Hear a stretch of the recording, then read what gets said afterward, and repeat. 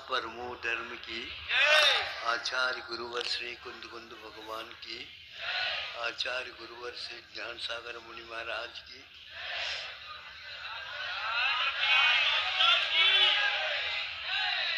सुनो, संक्षेप से हम बताना चाहेंगे।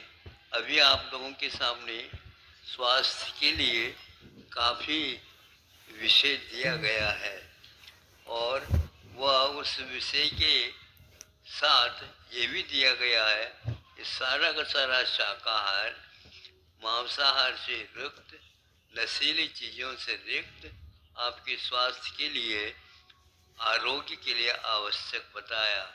और इस आरोग्य मिलता है तो वैराग्य भी मिलता है। एक पंथ दो काज है।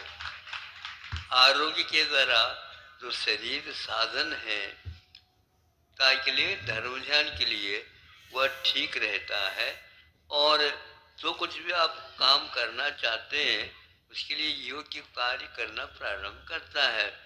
उसके साथ साथ मन भी एक प्रकार से शुद्ध होता है, उसका भी पोषण हो जाता है, उसका सदुपयोग करने के लिए अवसर प्राप्त होता है कि वनस्पति भी एक प्रकार से आपके लिए सहायक होते हैं। जिससे यह अर्थ निकलता है कि आप लोगों के आरोग्य और वैराग्य दोनों के लिए वनस्पति का एक, जो कि पेड़ों का रख रखाव अथवा उनका अच्छे ढंग से पोषण करना, यह भी एक प्रकार से आप लोगों के धर्म ध्यान में कारण होता है। ध्यान की साधन जहाँ कहीं भी हम करना चाहते हैं करते हैं, वह एक प्रकार से नदी किनारे हैं, बाग बगीचा में है, शुद्ध हवा है जहाँ पर से बहती रहती है, इस प्रकार का वातावरण बनता है। सूर्य प्रकाश भी जहाँ से जमीन प्रासुक कर देता है, ऐसे ऐसे स्थानों में आप करते हैं तो आपका मन, वचन और काय तीनों में संशोधन हो जाता है। इसलिए आचार्यों ने ये कहा है कि आप शाकाहार के साथ साथ एक और ध्यान रखें कि वह भोजन रात में यदि नहीं लेते हैं तो बहुत कुछ आपके लिए आरोग्य मिल ही जाता है। और एक प्रकार से रात में नहीं, चारों प्रकार का यदि आहार करते हैं तो फिर कहना ही क्या, अपने आप ही 12 घंटे का विश्राम मिलता है। कोई विश्राम करता है तो उसके लिए विश्राम भी आवश्यक होता है। आप दिन भर चलते रहते हो, इसलिए उसके लिए विश्राम के लिए 12 घंटा दे दो तो अपने आप ही वह चर्वण ठीक हो जाएगा। इतना ही नहीं, आपके स्वास्थ्य के लिए वृक्ष कैसे काम करते हैं तो बता रहे हैं। नीम का वृक्ष है, यदि आपके आंगन में, बारी में, वह अनेक प्रकार के वृक्ष होते हैं जो दिन में और रात में आपके लिए योग्य वायु का वह प्रबंधन करते रहते हैं। नीम का वृक्ष होता है 24 घंटा आपके लिए प्राण वायु का दान करता रहता है। सुन रहे हैं आप?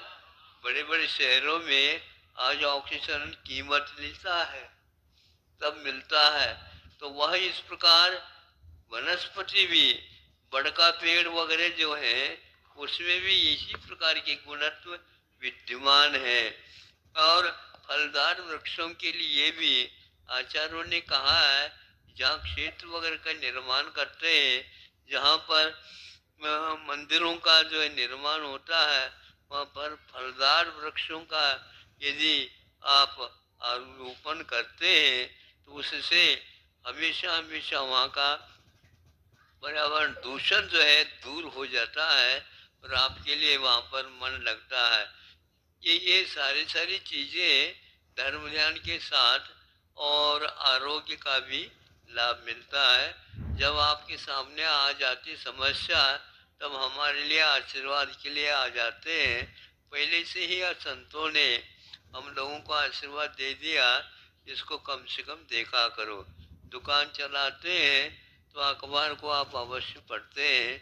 आप अपनी दुकान चलाना चाहते हैं तो भगवान ने पहले से जिनवानी दे रखी है, उसको 4-5 पंक्तियाँ पढ़ा करो और भगवान के दर्शन जिसके माध्यम से जिनवानी में क्या लिखा है वो वहाँ पर साक्षात अपनी आंखों से देख सकते हैं, जिसके माध्यम से अनेक प्रकार के रोग तो ठीक होते ही हैं, विघ्नों का प्रलयम याते, किंतु आपके मानसिक जो दोष है वह भी दूर हो जाता है।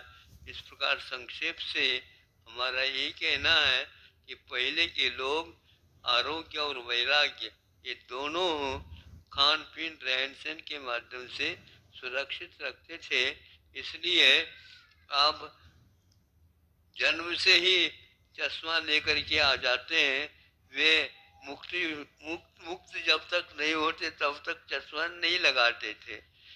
पैसा ज़्यादा हो गया हो तो भी ऐसी बीमारियां आ जाती प्राय करके। इसलिए आप अपने अर्थ का उपार्जन करते हैं, उसका अपव्यय नहीं करना, ये भी धर्म ध्यान माना जाता है, समझे। क्योंकि पंचेंद्र के विषयों में ज़्यादा आप रत रहोगे तो बंद होगा, आर्थ ध्यान होगा, रौद्र ध्यान होगा, और उससे परहेज करेंगे तो निश्चित रूप से धर्म ध्यान होगा। धन का भी ध्यान मत करो, धर्म ध्यान करो तो धन अपने आप आ जाता है। अहिंसा परमो धर्म की। रोज आचार्य श्री के प्रवचन सुनने के लिए चैनल को लाइक और सब्सक्राइब जरूर करें। जय जिनेंद्र सभी को।